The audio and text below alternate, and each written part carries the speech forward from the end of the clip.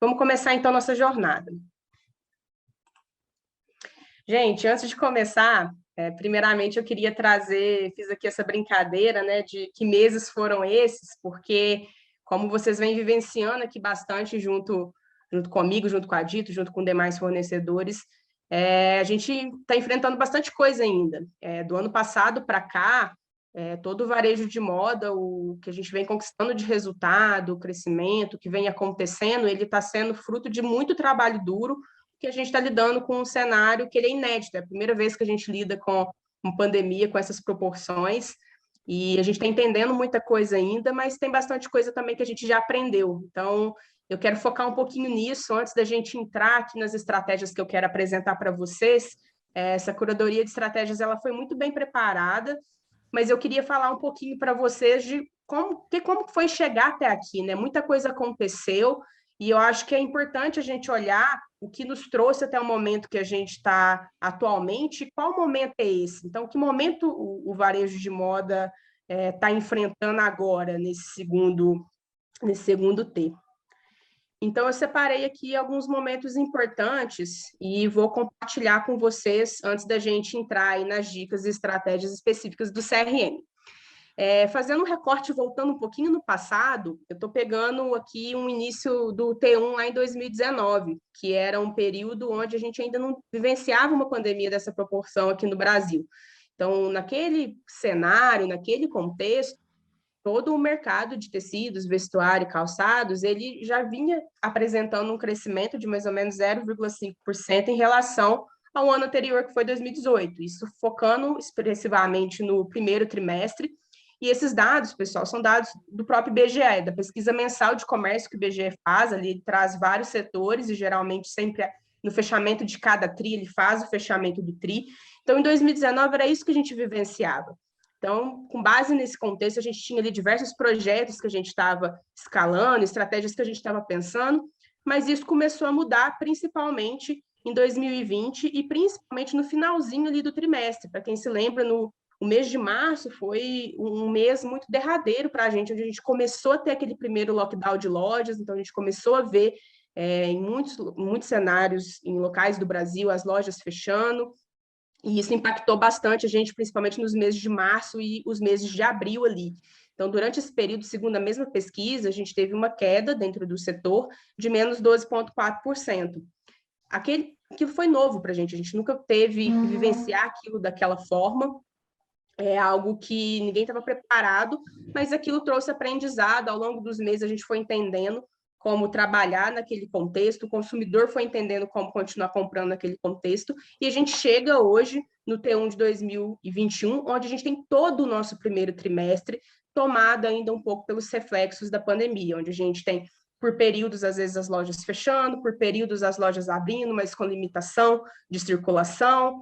Shoppings tiveram um efeito muito grande, quem trabalha com franquia ao longo aí no Brasil também. Então, a gente finalizou aí o T1 de 2021 de acordo com a mesma pesquisa em menos 18,2%. Então, diante disso tudo, a gente ainda vem aprendendo bastante como lidar com esse cenário e quais são os projetos ali, quais são as ações que a gente pode fazer para continuar trabalhando e ter bons resultados, mesmo diante desse desafio gigante que a gente tem. Então, pessoal, foi um período onde, por muitas vezes, a gente precisou fazer sacrifícios. E quando eu falo de sacrifícios, a gente sabe muito bem que foi sacrifício, às vezes, para gerar o estoque mesmo. Então, às vezes, a gente teve que sacrificar ali na nossa margem para conseguir trabalhar com um preço menor, para atrair a atenção do consumidor. A gente teve que investir em projetos que eram projetos que, às vezes, estavam mapeados para um pouquinho mais para frente, um pouco a longo prazo. A gente teve que trazer esses projetos para agora, projetos digitais, projetos de canais, projetos de integração com estoque. Então, tudo isso, de alguma forma, balançou como a gente lida com o cliente, como que a gente vem fazendo a gestão dos nossos fornecedores. Então, esses sacrifícios, eles aconteceram em muito caso, porque não estava planejado que a gente vivenciasse aquilo, mas, ao mesmo tempo, muito daquilo já resultou em frutos e hoje a gente está mais preparado para lidar com esse cenário. Quando eu falo desses projetos, a gente literalmente teve que se desdobrar em 1000. Então, às vezes, termos que antes a gente não estava tão familiarizado, ou projetos que a gente estava imaginando, talvez, para 2022, ou agora para o final de 2021, eles tiveram que acontecer em 2020 para que a gente chegasse onde a gente está agora.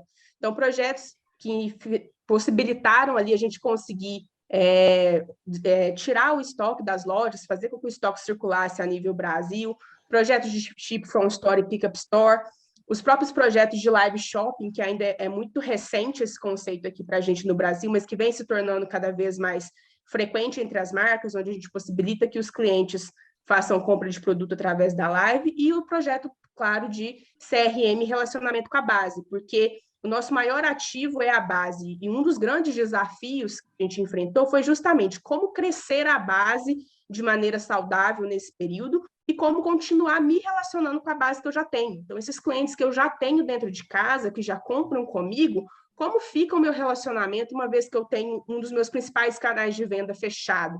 Isso mudou, porque a gente tem clientes que são compradores, às vezes, compram mais no e-commerce, tem clientes que compram mais em lojas físicas e tem clientes que nunca nem fizeram sequer uma primeira compra no e-commerce. Isso para eles é novidade. Então, como que eu me preparei para isso? Como que a minha marca está estruturada para atender essa demanda hoje que o mercado teve que vivenciar de uma vez? Então, essa aceleração desses projetos fez com que a gente aprendesse muito durante esse período e esses meses que se passaram. Então, o que a gente tem hoje no primeiro trimestre de 2021 que a gente não tinha lá atrás, nessa história toda que eu contei para vocês? Experiência. A experiência, eu quero que vocês pensem aqui nessa palavra de duas maneiras. Experiência no sentido de vivência mesmo, então, tudo que a gente aprendeu, tudo que a gente testou, tudo que a gente errou nesse meio tempo, serviu para que a gente aprendesse e construísse as coisas que a gente está fazendo agora. Então, hoje a gente tem uma maturidade muito maior para lidar com o que a gente está passando. Às vezes a gente ainda encontra em determinados estados ou em determinadas cidades períodos onde as lojas precisam fechar, a gente encontra um fluxo menor de pessoas dentro das lojas quando elas estão abertas, shopping principalmente, e a gente teve que se reinventar, a gente teve que encontrar outras formas de continuar fazendo esses produtos chegarem a essas pessoas, a gente teve que encontrar outras formas de continuar entregando valor para essas pessoas, comunicação mudou completamente. Então, essa experiência que a gente teve que muito aprender no susto no ano passado, hoje a gente tem. Então, com isso, a gente consegue gerar experiências melhores. E um outro conceito que eu queria que vocês pensassem aqui na palavra de experiência é na experiência que a pessoa está tendo com a sua marca nesse período, porque isso mudou. A experiência que ela tem, ou que ela tinha antes desse cenário, ela mudou completamente, porque a vida dessa pessoa também mudou. Então, é interessante a gente pensar nisso. O que eu estou gerando de experiência para os meus consumidores hoje?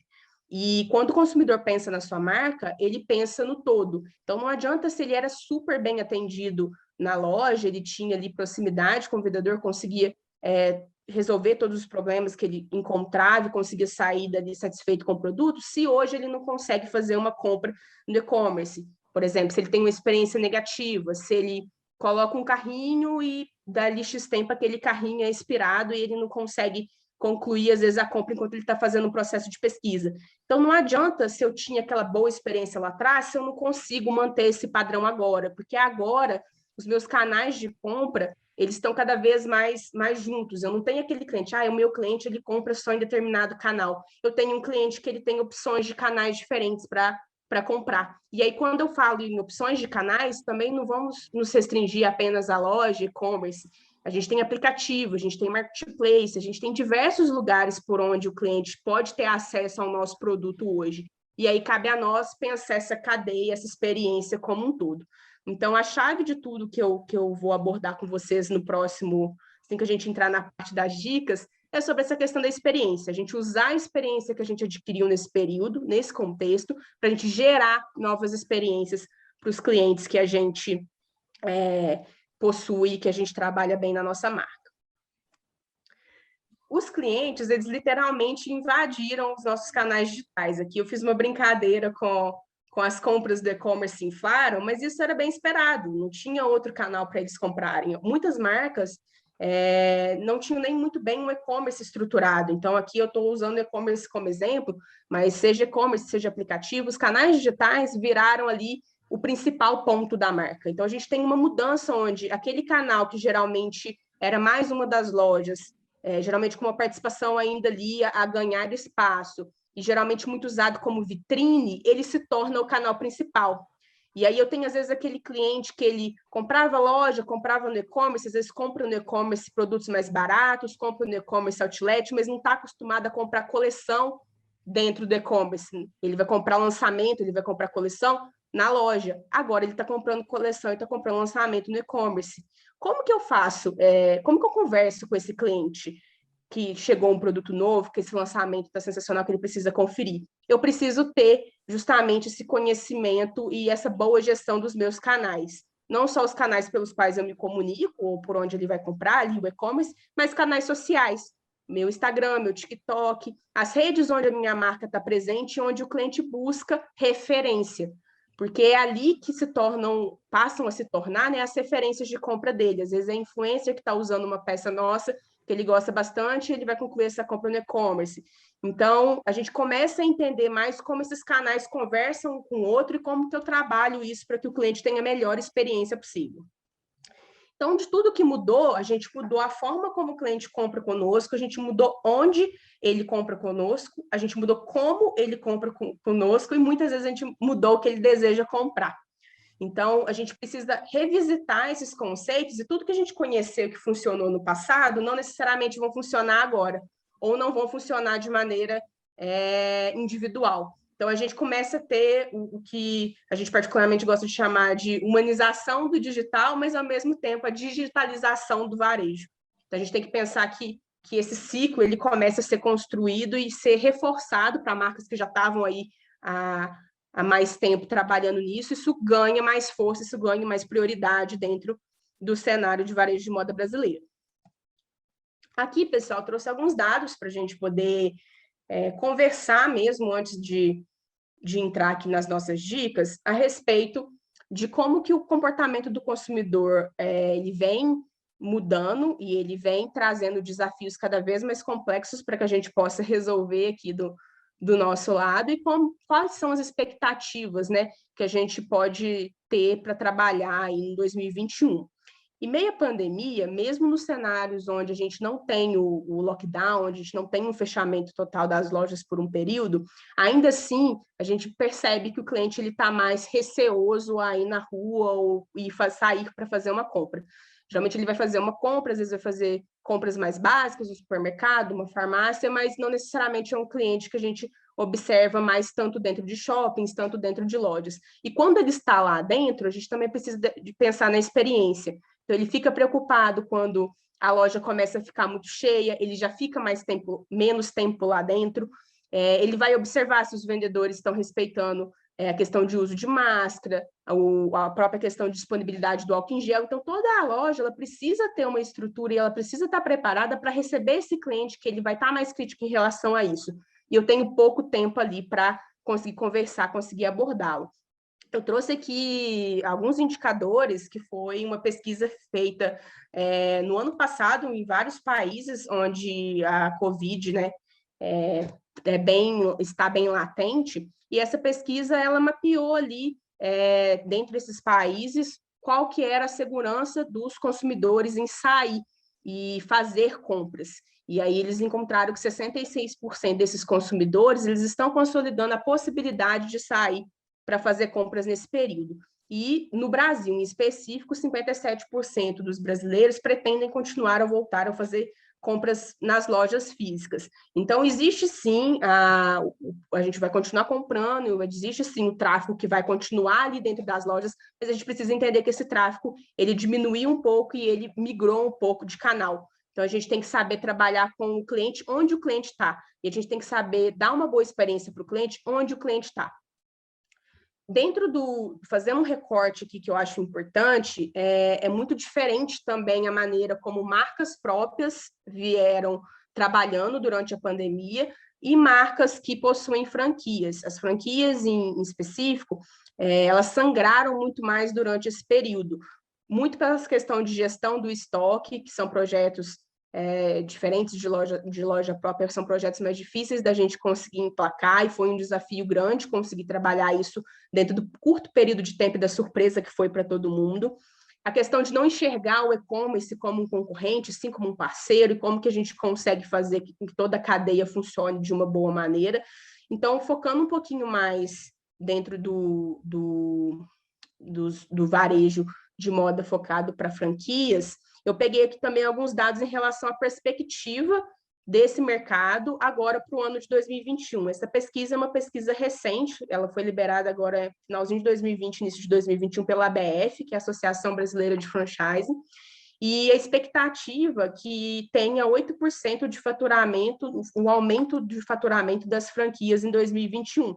Então, é um mercado que está um pouco mais otimista em relação ao ano de 2021, em relação ao ano passado, e ainda espera um crescimento de 5% em unidades abertas em todo o Brasil. Esse 8% ele vai ali basicamente dentro de uma média. A gente tem um grupo de franquias que está mais otimista, um grupo de franquias que está um pouco mais conservador. Geralmente esse número ficou entre 5% a 10%. Como vocês também podem ver aqui, mas existe possibilidade de se trabalhar, e muito dessa possibilidade que é enxergada agora, que não era enxergada no passado, ela vem principalmente por essa robustez dos projetos digitais que eles ganharam no ano passado. Então, é a questão do estoque que vem sendo resolvida, quando a gente consegue integrar, quando cada loja ali acaba virando um pequeno centro de distribuição da sua região, quando eu consigo comissionar o meu vendedor a fazer uma venda pelo e-commerce, mas ele ser comissionado da mesma forma. Então, quando eu consigo intercalar como que eu vou fazer os meus produtos circularem, né, pelo país, pelo Brasil, girar o meu estoque, quando eu consigo trabalhar bem a minha comunicação com o cliente, fazendo a minha máquina de vendas continuando a rodar, eu consigo melhorar a saúde da minha cadeia como um todo. E aí eu já não preciso trabalhar mais tanto com aquelas margens sacrificadas que a gente veio lá atrás, toda a minha cadeia é impactada. Então, isso é algo mais otimista que a gente enxerga para o ano de 2021. Continuando aqui na nossa história de dados, aqui falando um pouquinho mais do que aconteceu no digital em paralelo. A gente teve cerca de 78,5 milhões de compras online que foram realizadas apenas nesse primeiro TRI de 2021, segundo E-Commerce Brasil, e isso representou um aumento de mais de 50% em comparação ao mesmo passado, grande parte dessas pessoas vindo justamente dessa migração de lojas físicas para o e-commerce. Porém, um ponto que vale a gente olhar com atenção é que apenas 16,8% dessas pessoas foram pessoas novas, estão comprando no e-commerce pela primeira vez. Então, em relação ao ano passado, ao ano de 2020, das pessoas que estão comprando no e-commerce, a gente tem menos pessoas que são perfis novos, pessoas que nunca tiveram essa primeira compra. E aí tem muita gente que a gente precisa atacar dentro desse indicador. 9,4% foi o aumento do ticket médio das pessoas que compram no e-commerce nesse primeiro trimestre em relação ao mesmo período do ano passado. E geralmente a média de compra desse e-shopper, como a gente chama, né, ela ficou de 3 compras. Então, é como se dentro desse mesmo período, o meu consumidor online ele estivesse fazendo uma compra por mês, janeiro, fevereiro, março. Ou, dentro do período como um todo, eu considero que ele fez 3 compras. Então, é muito expressivo, pois a gente tem a possibilidade, dentro de um curto período de tempo, um período aí de 90 dias, em fazer uma venda e muito provavelmente fazer um cross-sell ou gerar uma nova venda em outra categoria. E eu vou falar um pouquinho hoje sobre estratégia de cross-sell. Então, aguardem um pouquinho mais adiante que eu vou trazer a estratégia justamente para a gente falar sobre isso. E, por fim, 16,5% foi o total de pedidos feitos no T1 de 2021 no e-commerce. A gente percebe muito que pedidos feitos, transações, em muitos casos aumentaram, e isso não necessariamente foi acompanhado pela receita, porque entra justamente naquela questão da margem que a gente viu. Muitas marcas sacrificaram muita margem, conseguiram manter ou até crescer suas vendas em relação ao ano, em termos de quantidade de transação, mas isso não necessariamente reflete no faturamento. O faturamento, às vezes, não chega ao tanto que a gente tinha almejado de resultado, porque eu tive que sacrificar uma margem maior. Então, isso é muito variado de marca para marca, mas ainda assim a gente percebe que o cenário que a gente está agora possibilita a gente trabalhar de melhor forma as nossas estratégias. Os clientes omnichannel, de forma resumida, pessoal, eles são clientes com um potencial de compra maior, por comprarem mais canais, cerca de 15% a 35% esses clientes gastam a mais dentro de um canal específico. Ou seja, aquele cliente que ele compra na minha loja, ele compra no meu e-commerce, ele compra no meu aplicativo, eu tenho muito mais pontos de contatos, muito mais chance de vender para essa pessoa do que para a pessoa que compra em apenas um canal, que recebe comunicação apenas de um canal, que está limitado a apenas um canal. Então, o incentivo a essa multicanalidade, ela é muito positiva, pensando na saúde da base a longo prazo. E em vista que a maioria das nossas vendas, elas vêm do cliente que a gente já tem, da base que a gente já tem, da indicação que esse cliente vai gerar, do cliente novo que vai entrar a partir disso. Então, a gente crescer esse número, crescer o famoso cliente multicanal, isso é o que a gente acredita que vai ser o grande diferencial agora para o ano de 2021. E isso não tem volta. É um ganho que a gente vai colher pelos próximos anos, que uma vez que eu consigo trazer o cliente para esse tipo de experiência, eu vou conseguir, ao longo da minha jornada, trabalhar melhor com ele e fornecer melhor experiência para ele. Então, é positivo para ambos os lados. Mas, pessoal, o que acontece? O e-commerce receber essas pessoas, o e-commerce ganhar essa visibilidade, o aplicativo, isso era esperado. Isso era esperado porque não tinha outro canal aberto sem ser ele.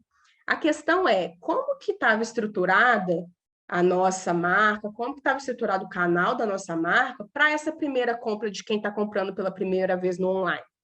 E é isso que a gente precisa se perguntar ainda, porque como a gente viu nos dados, muitas pessoas ainda vão passar por essa experiência ao longo desse ano. Então, qual que é a experiência de compra online que os nossos clientes estão tendo hoje? Eu sempre recomendo quem trabalha com e-commerce, mesmo que não seja da área, experimentar fazer compra lá. Vocês compram com frequência na própria marca de vocês?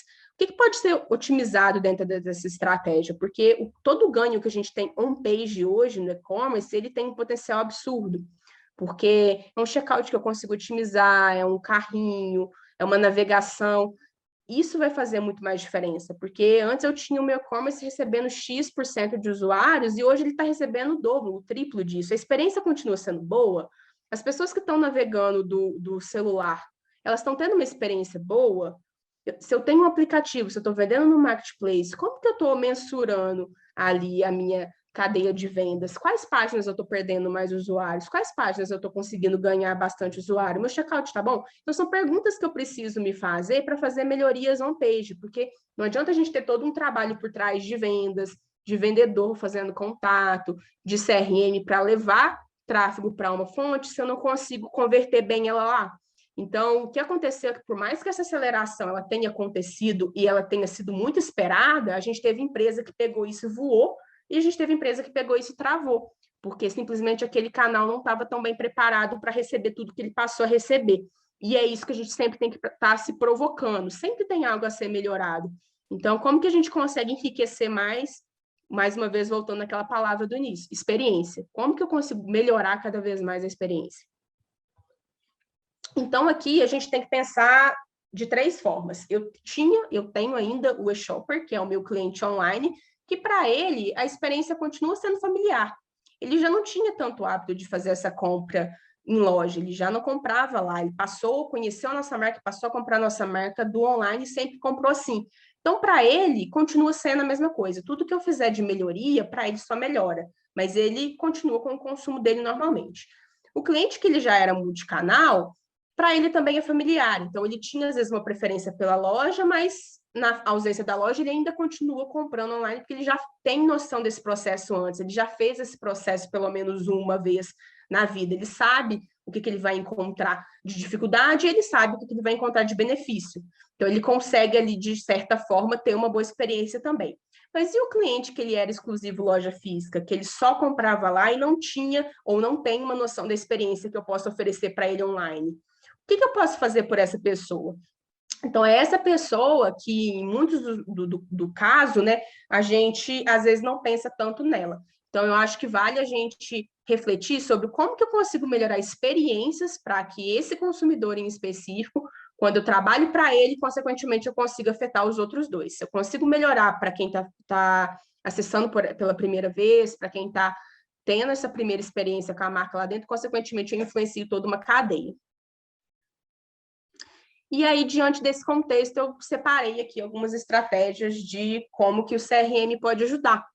Antes de entrar nessa questão do CRM, aqui na Dito a gente pesquisa bastante, a gente estuda bastante sobre o mercado e as maneiras como a gente consegue mesmo ajudar o varejo a conseguir bons resultados, e a gente avaliou para esse webinar em específico mais de 100 marcas do varejo de moda nesse primeiro trimestre de 2001, e qual que foi o reflexo no comportamento dos consumidores para essas marcas. Eu também queria trazer um pouquinho de um contexto um pouco mais próximo para vocês, e aí a gente entra nas nossas estratégias. A gente entendeu que foi muito difícil nesse período adquirir novos clientes. Grande parte, a maioria das vendas do período, ela foi originada de recompras e clientes que já eram compradores das marcas, já tinham comprado pelo menos uma vez na marca. O indicador de novos compradores chegou a cair cerca de 7,4% em relação ao mesmo período do ano passado. Foi mais difícil conseguir pessoas. Por quê? Antes, quando eu estou fazendo uma campanha de ativação, de captação de cliente, eu tenho vários canais pelos quais eu posso direcionar. Eu posso ter um cliente que vai comprar pela primeira vez no e-commerce, eu posso ter um cliente que vai comprar pela primeira vez em loja física, no aplicativo. Quanto mais opções para ele, melhor, né? Que ele consegue direcionar ali a primeira compra onde mais convém. E eu tenho o ganho também da loja física, da vitrine, que é a pessoa passar, ver o produto na vitrine, entrar e ter uma experiência.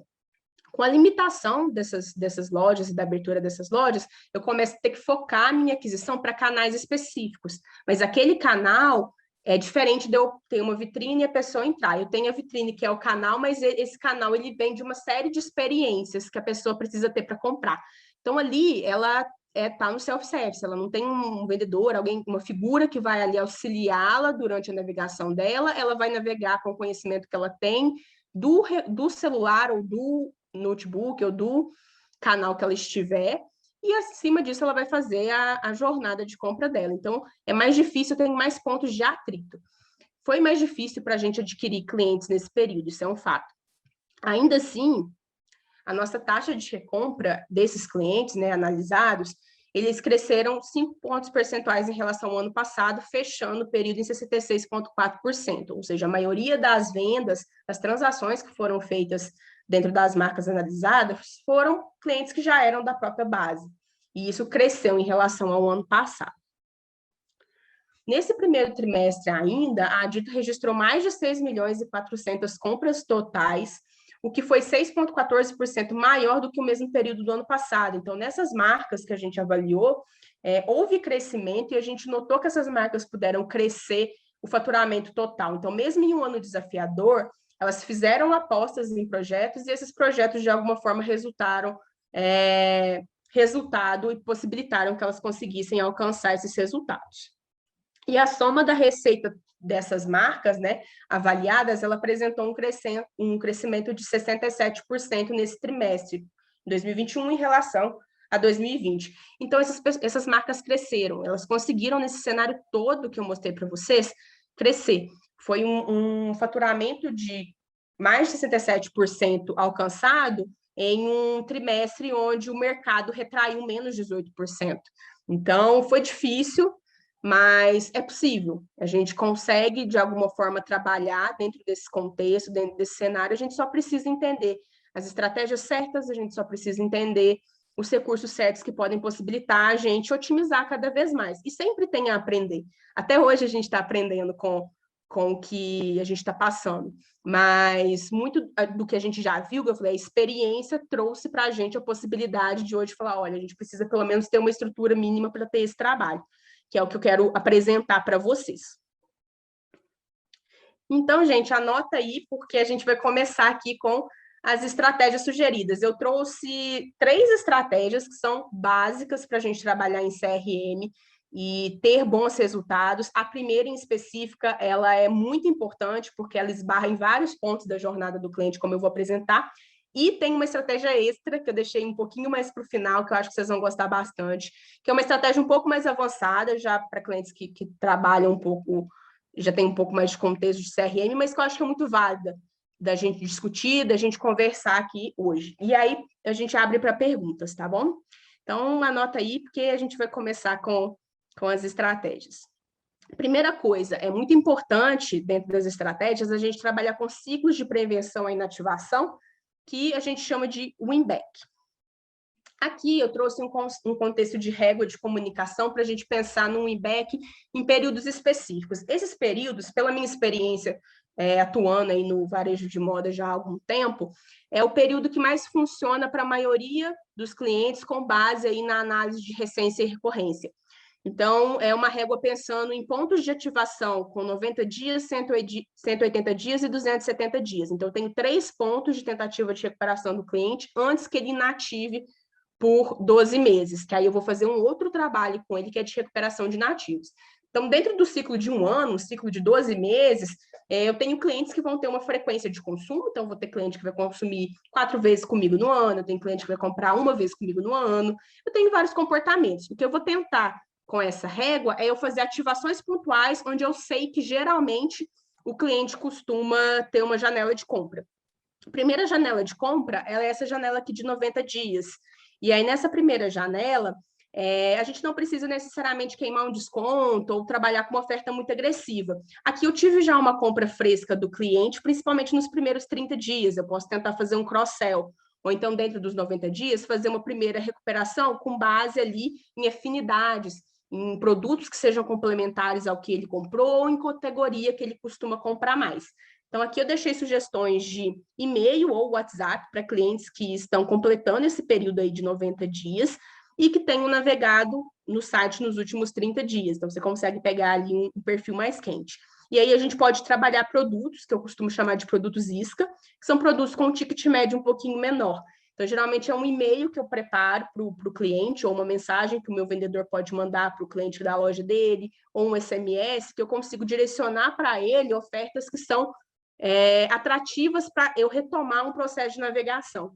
E aí, com isso, dentro do meu e-commerce, incentivar, né, para que ele faça a conversão. Aqui eu deixei sugestão até de títulos, né, looks que podem combinar, costuma ser muito bom, e principalmente conteúdos relacionados a social. Então, se eu tenho uma blogueira que é parceira, se eu tenho um trabalho com influência, se eu tenho embaixadora da marca que pode fazer uma curadoria de conteúdo, se eu tenho um clube de clientes, são clube de clientes fiéis da marca que recomendam produtos ou fazem review de produtos periodicamente, tudo isso são conteúdos que nesses primeiros 90 dias são de muito valor para as pessoas.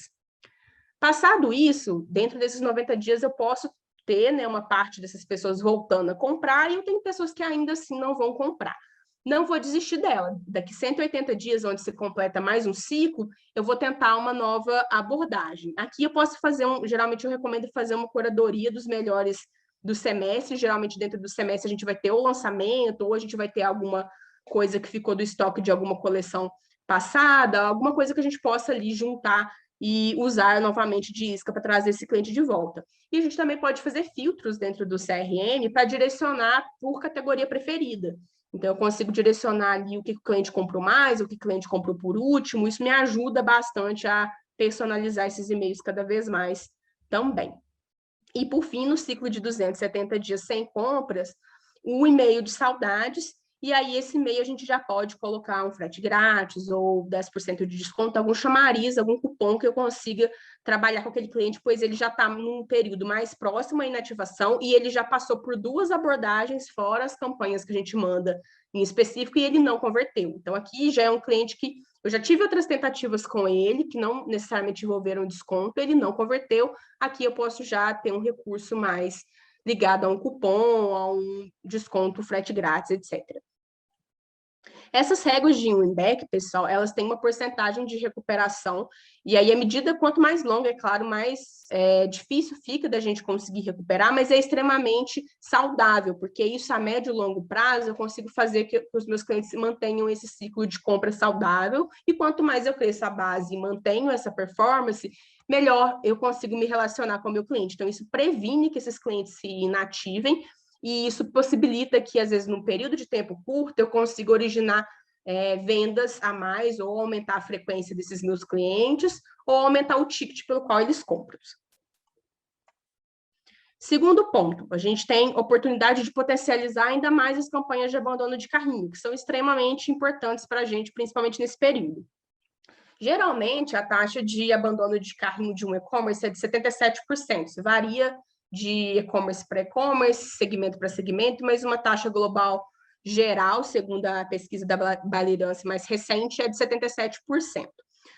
Além da gente jogar o famoso e-mail ali de volta, né, de recuperação de carrinho abandonado, a gente pode pensar nisso através de uma cadeia. Então, se eu não consigo recuperar aquela pessoa naquele primeiro e-mail, o que mais eu posso fazer? O que mais eu posso usar de recurso além do e-mail para conseguir trazer a atenção do meu cliente?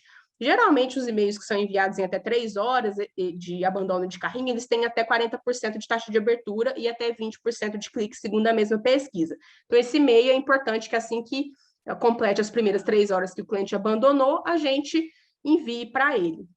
Porém, tem caminhos que a gente pode seguir passado isso. Então, uma sugestão aqui que eu deixei, no primeiro dia, assim que a pessoa abandona o carrinho, recebe essa notificação e mesmo assim ela não volta para comprar, dá a opção do cliente que é multicanal, né, um cliente que já tenha comprado em loja, que já tenha um relacionamento com o vendedor, ele possa receber um WhatsApp, um SMS do vendedor que geralmente atende ele, perguntando se ele não quer ajuda, né, para fazer a compra ali no e-commerce. Esse vendedor pode ser comissionado por isso, muitas marcas já trabalham com esse modelo de comissionamento, e o vendedor está fazendo a venda no e-commerce, e para o cliente é ótimo, porque muitos desses clientes, às vezes, comprava em loja física e teve navegação recente no e-commerce, e é a primeira vez que ele está fazendo compra naquele canal. Então, é uma ajuda, porque é uma pessoa que pode dar segurança e ajudar ele durante esse processo.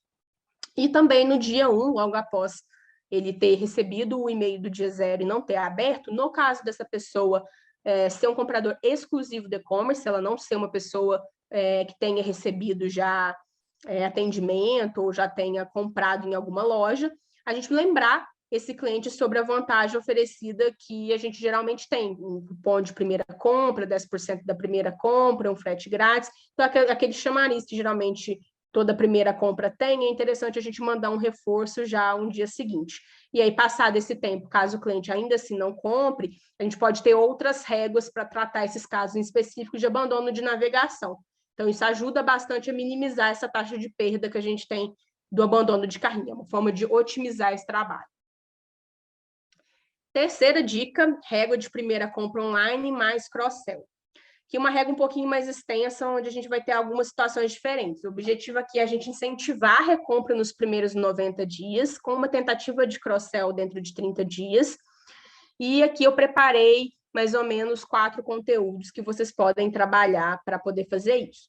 No dia 0, a minha sugestão é pegar as pessoas que apenas tenham acessado e caso essa pessoa seja um cliente multicanal, que já tenha comprado numa loja, mas ainda não tenha comprado no e-commerce, a vendedora também pode mandar um WhatsApp apresentando para a pessoa o e-commerce, se colocando à disposição para ajudar caso ela queira fazer uma compra por lá. Eu conheço alguns casos de vendedoras que costumam fazer até uma curadoria mesmo, elas costumam já favoritar ou montar um pequeno carrinho ali com produtos que elas sabem que a cliente gosta e se oferece nesse...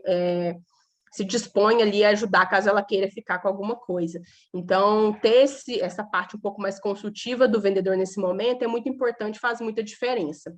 No dia 3, caso tenha recebido contato, mas não tenha comprado ainda, a gente tem a opção de reforçar com um e-mail para clientes que compraram pela primeira vez no e-commerce e amaram. E aí, esse conteúdo é muito importante, porque aí eu estou pegando pessoas que tiveram dores semelhantes àquela pessoa que eu estou tentando ajudar a comprar, e estou passando esse conteúdo para ela. Então, eu vou fazer uma junção de conteúdos e análises de pessoas que tiveram a primeira compra no e-commerce, avaliaram na minha pesquisa que essa compra foi positiva, e eu posso mandar prints, posso mandar depoimentos para a pessoa, mostrando que o meu e-commerce é seguro, mostrando casos de sucesso do meu e-commerce. Então, o e-mail pode vir para reforçar esse trabalho que a vendedora começou, ou o vendedor começou a trabalhar ali no WhatsApp com aquele cliente. No dia 10, supondo que essa pessoa tenha comprado, a gente consegue seguir com essa regra com outro comportamento, que é, se ela comprou, eu quero saber qual foi a experiência dela, porque ela está tendo a primeira experiência no meu e-commerce.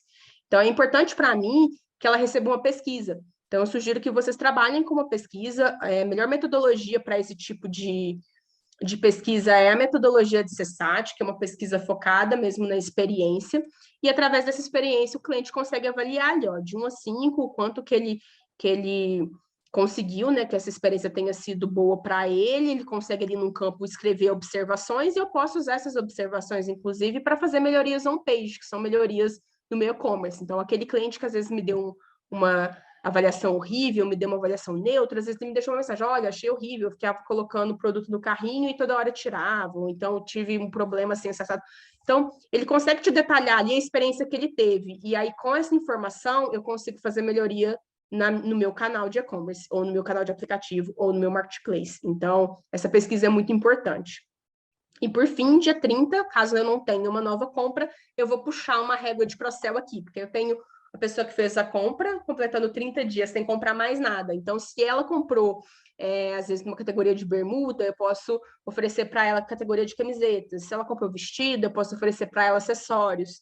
Então, de acordo, cada marca geralmente sabe ali os produtos que podem ser complementares, eu posso direcionar toda a minha comunicação para após 30 dias, caso ela não tenha feito uma nova compra, eu ofertar para ela novas opções que estejam ali alinhadas com o que ela comprou por último, principalmente se ela tiver navegação recente de novo. Então, são dados que a gente coleta, né? A ferramenta de CRM coleta, e a gente consegue, de alguma forma, cruzar e gerar aí,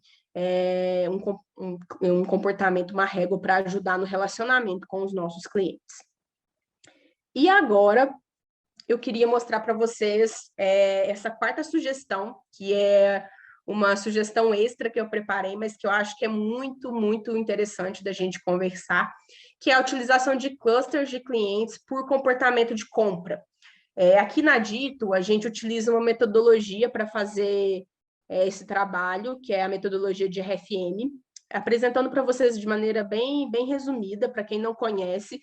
O RFM ele é uma metodologia que ele parte do cruzamento de 3 indicadores para categorizar clientes em grupos de compra. Então, a gente cruza os indicadores de recência, que geralmente é qual foi a última vez que esse cliente comprou, a frequência, que é qual a quantidade de compras do cliente dentro daquele período, e o monetário, que é quanto que os clientes gastaram. E através desse cruzamento, a gente consegue mapear e classificar esses clientes de acordo com alguns perfis. Eu queria que vocês imaginassem esses perfis, eu vou mostrar mais à frente as possibilidades, de acordo com uma matriz. Onde aqui na minha matriz, quanto mais para frente, né, mais para a direita aqui, maior seria a recência e a frequência de compra, e quanto mais para cima, maior seria o gasto da minha compra. Ou seja, aqui eu tenho, por exemplo, em vermelhinho, bem no alto, mas bem para trás, o próximos a inativar, mais alto potencial. O que são geralmente essas pessoas? São pessoas que estão próximas ali do período de serem inativadas, o período que eu estou avaliando. O período que a gente está avaliando geralmente é 12 meses. E elas têm alto potencial porque elas gastam muito. Então, são pessoas que gastam bastante, mas já estão com algum tempo sem comprar.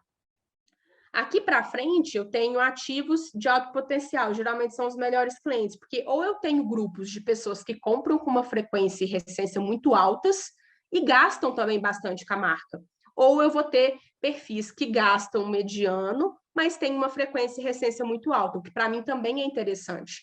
Então, são perfis melhores de se trabalhar, de comprar, e geralmente eu não preciso de tanto esforço para conseguir trazer ele de volta para a loja, no sentido, eu não preciso ficar queimando desconto o tempo inteiro para ele, etc., porque já são pessoas que eu tenho relacionamento, que já compram com maior frequência comigo.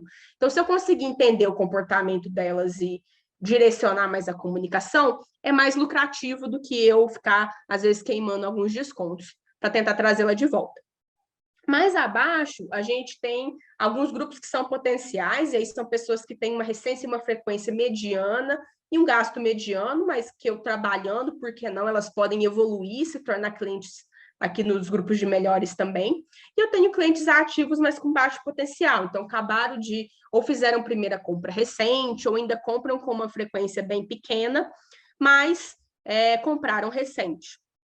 E, por fim, eu tenho esse bloquinho aqui, que geralmente são clientes que estão próximos a inativar, mas diferente do bloco de cima, eles têm baixo potencial, porque eles têm um gasto com a marca dentro do período menor ou mediano. Então, é uma forma da gente visualizar, né? A matriz ajuda a gente a visualizar esses momentos, e dentro desses momentos a gente tem os grupos. Aqui tem os grupos que geralmente a gente costuma trabalhar dentro da Dito. Então, aqui, por exemplo, falei para vocês, compraram recentemente, compram com muita frequência e gastam muito. Então, geralmente, são os melhores clientes, são aqueles clientes que a gente costuma chamar de VIPs.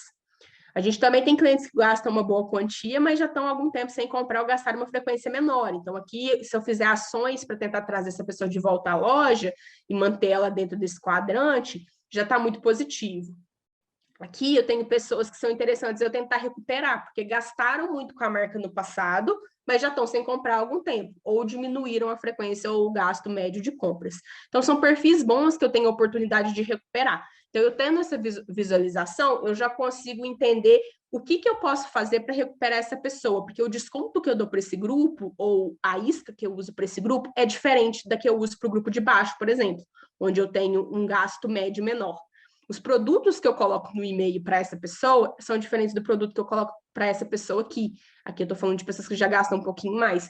Então, essas informações me ajudam a pensar em conteúdo, em característica de conteúdo, o que o meu conteúdo pode ter para eu atrair essa pessoa de volta, quais são as ofertas que eu posso ter para trazer essas pessoas de volta e com qual periodicidade eu posso trazer essa pessoa de volta. Exemplo, mais uma vez, aqui nesse grupo de baixo, geralmente tem os gastos mais baixos, frequência, não compra tanto tempo. É muito comum ter muito aqueles clientes sazonais, que às vezes é um cliente que só vem e só compra na Black Friday, ele só compra na Black Friday. Então, não adianta eu ficar queimando, às vezes, aqui desconto para ele passar em outras datas, porque às vezes eu preciso só trabalhar muito bem ele na Black Friday para que ele compre um ticket maior. E tudo bem, é o comportamento desse grupo de clientes. Eu tenho outros aqui que eu posso explorar de outra forma. Então, eu preciso entender, porque o cliente, ele vai permediar essa matriz. Pode ter momento que ele entre, que ele seja um cliente potencial, e aí ele vai comprando com frequência a maioria do tempo, e ele cresce, vai para esses grupos de cima, ou eu posso ter um cliente que fez a primeira compra comigo, aí teve uma experiência ruim, eu não dei muita atenção, em vez dele subir, ele começou a vir para trás, começou a inativar porque ele teve uma primeira experiência ruim e em nenhum momento isso foi revertido. Então, tudo que eu falei atrás são ações que podem ajudar a gente a complementar um trabalho aqui pensando nessa metodologia de RFM. Quais estratégias vocês podem usar para cada um desses grupos? Aqui falando de maneira um pouquinho mais geral. Para os melhores grupos, é interessante a gente trabalhar com recompensas e condições especiais que sejam personalizadas. Essa pessoa já tem um relacionamento com a marca, eu não preciso ficar dando desconto para ela a todo tempo, eu preciso dar um desconto ou alguma condição quando eu tiver um contexto ou uma recompensa especial. Novos produtos, é muito bom a gente ficar mandando novos produtos sempre que eu tiver uma coleção nova, lançamento, eu priorizar mandar para essas pessoas, porque já são pessoas que compram comigo com uma frequência alta e são grandes potenciais compradores de lançamento. Então, comunicar o lançamento para essa pessoa ou fazer um pré-lançamento para essas pessoas, para que elas se sintam um pouquinho mais VIPs, né, mais exclusivas, isso ajuda bastante também. E reviews, pedir para essas pessoas reviews de produto, porque essas pessoas têm grande inclinação a serem as promotoras da marca. Então, entender como que essas pessoas estão comprando agora, a pesquisa que eu mencionei no passado, a gente disparar essa pesquisa para quando essas pessoas comprarem, a gente perceber se essas pessoas desse perfil estão tendo uma boa percepção dentro da pesquisa, é muito importante. Esse cliente, eu preciso manter ele sempre muito satisfeito, eu preciso sempre que ele tenha uma boa experiência, porque ele é o meu maior promotor hoje.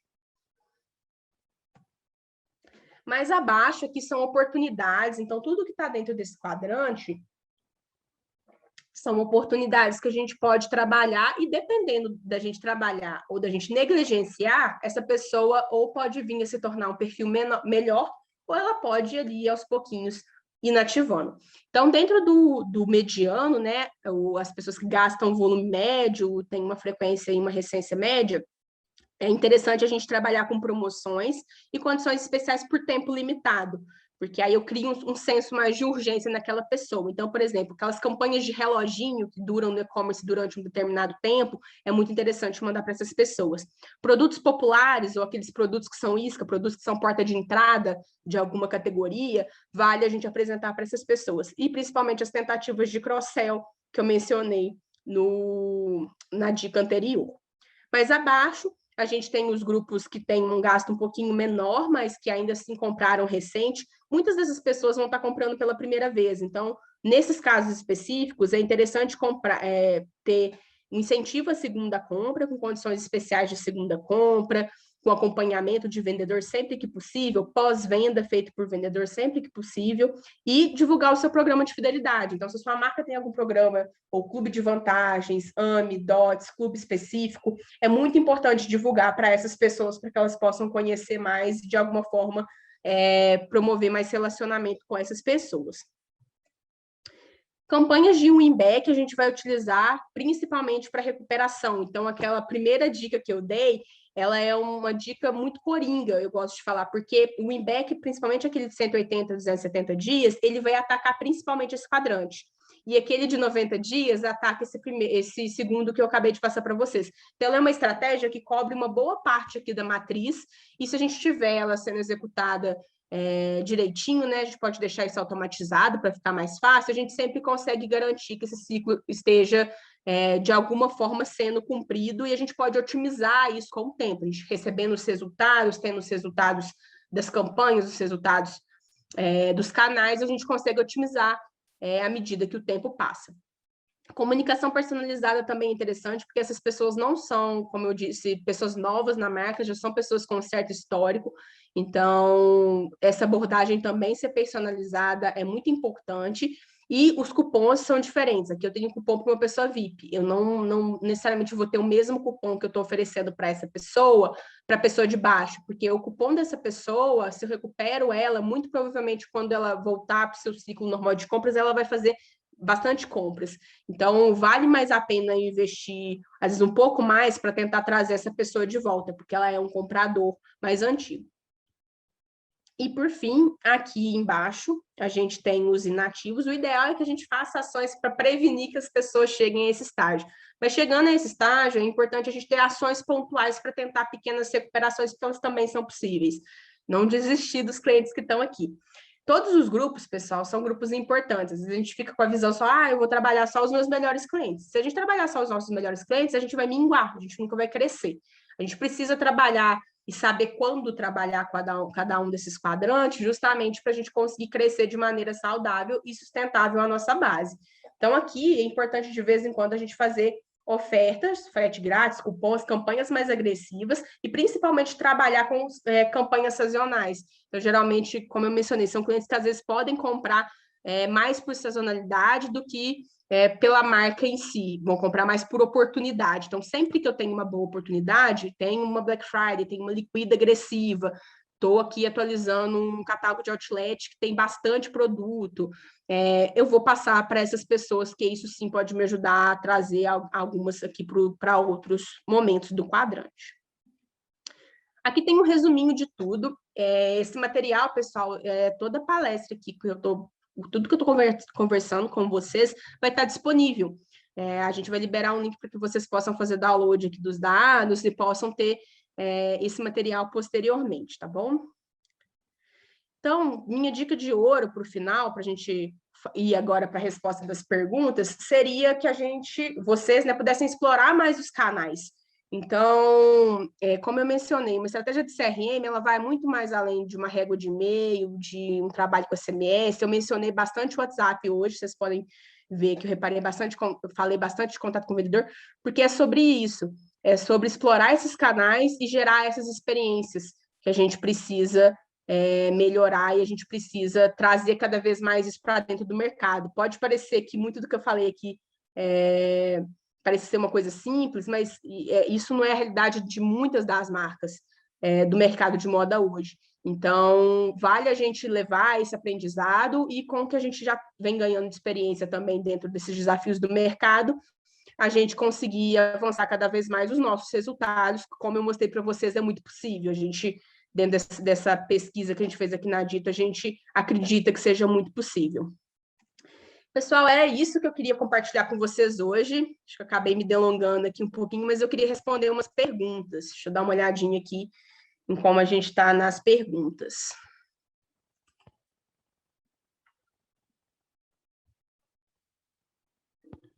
Olha só, estou com uma pergunta aqui sobre minha opinião sobre diversas soluções de fidelidade disponíveis no mercado. O varejista precisa dessas soluções?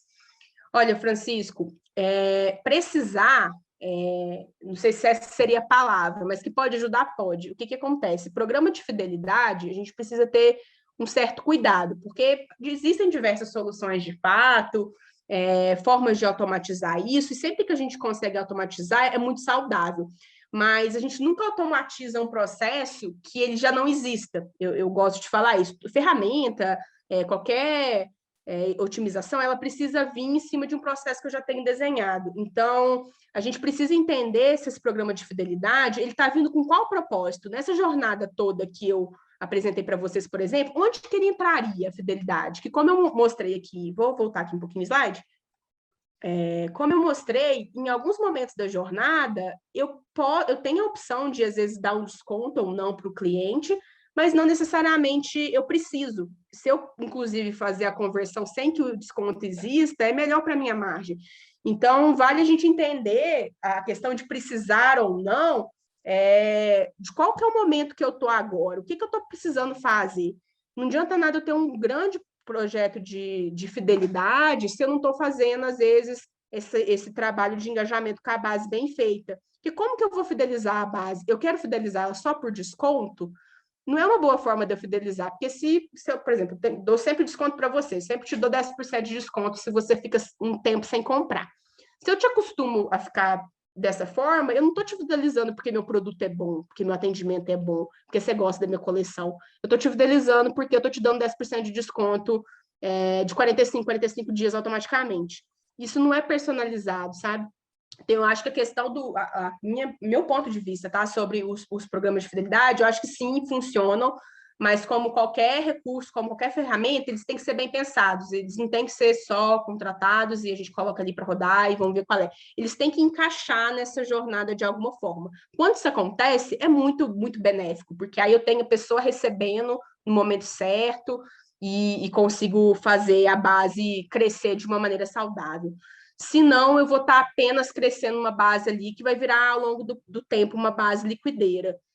Não necessariamente isso pode ser uma coisa ruim, mas eu acredito mais que a gente tem que fidelizar o cliente, não pelo que a gente dá para ele, a gente tem que fidelizar o cliente pela marca, pelo produto que a gente tem.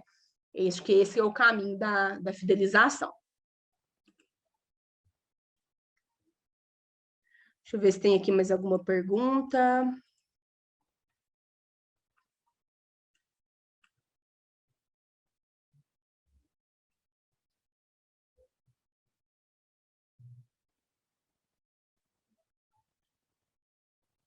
Aqui tem uma pergunta sobre o RFM. Deixa eu só pegar aqui para vocês. Aqui tem uma pergunta sobre clientes que costumam comprar em liquidação um ticket muito alto, onde se espera que esteja nessa estratégia de RFV.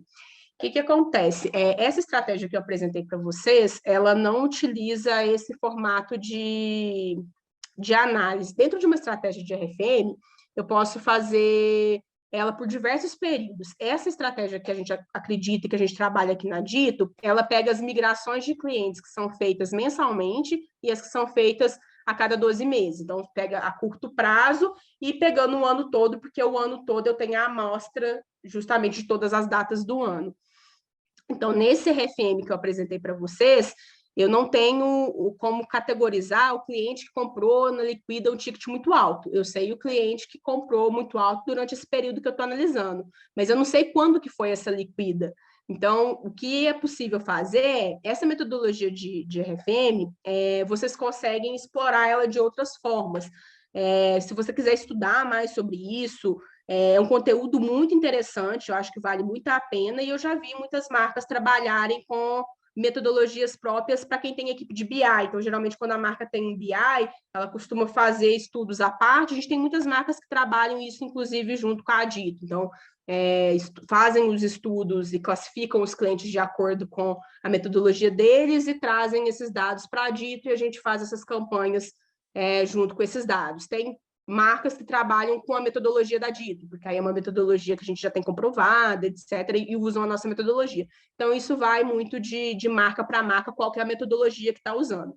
Na metodologia hoje que a gente está usando, a gente tem os grupos divididos de acordo com aquelas categorias. Aí, fora aquelas categorias, a gente não consegue ter essa visão.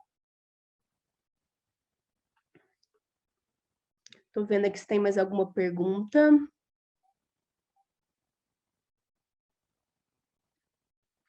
Ó, tem uma pergunta legal sobre como fugir de estratégias promocionais para os clientes que são VIPs dentro do RFM.